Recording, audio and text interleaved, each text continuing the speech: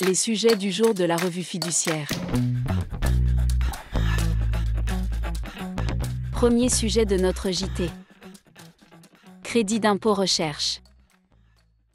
Les entreprises de transport maritime peuvent, sur option, bénéficier d'un régime de taxation dérogatoire sur la base d'un bénéfice fiscal calculé forfaitairement selon le tonnage de leur flotte de navires.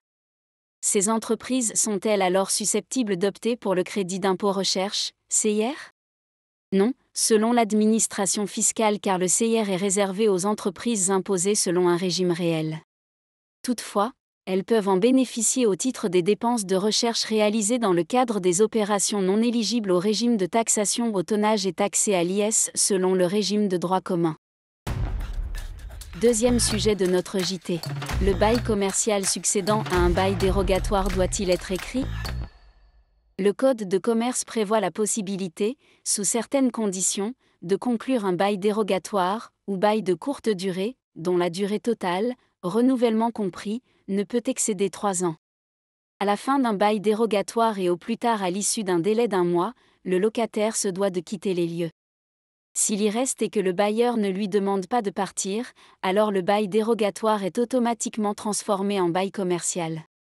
Pour éviter toute difficulté concernant le nouveau bail commercial, ce dernier se poursuit dans les mêmes conditions, loyers et charges, que celles du bail dérogatoire ayant pris fin. Cependant, le Code de commerce ne précise pas la forme que doit prendre ce nouveau bail commercial. Doit-il obligatoirement être écrit ? C'est la question à laquelle les juges de la Cour d'appel de Riom ont dû répondre.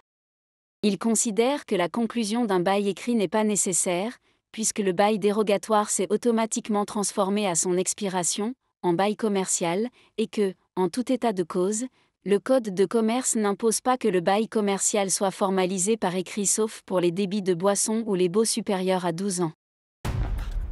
Troisième sujet de notre JT. Pas de hausse du SMIC au 1er janvier 2025. En décembre dernier, l'INSEE et le ministère du Travail ont diffusé l'indice des prix définitifs de novembre 2024 et de l'évolution du salaire horaire de base des ouvriers et employés du 3e trimestre 2024, qui servent à calculer la revalorisation automatique du SMIC au 1er janvier prévue par le Code du travail. En l'occurrence, la hausse résultant de cette règle de revalorisation automatique, 2%, était déjà couverte par la hausse anticipée de 2% intervenue par décret le 1er novembre 2024. Dans ces conditions, aucune hausse du SMIC au 1er janvier 2025 n'était attendue, sauf coup de pouce de dernière minute du gouvernement. Mais sans surprise, le gouvernement n'a pas donné ce coup de pouce supplémentaire.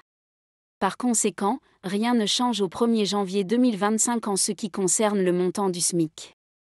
Le SMIC horaire brut reste ainsi fixé à 11,88 € en métropole, en Guadeloupe, en Guyane, en Martinique, à La Réunion, à Saint-Barthélemy, à Saint-Martin et à Saint-Pierre-et-Miquelon.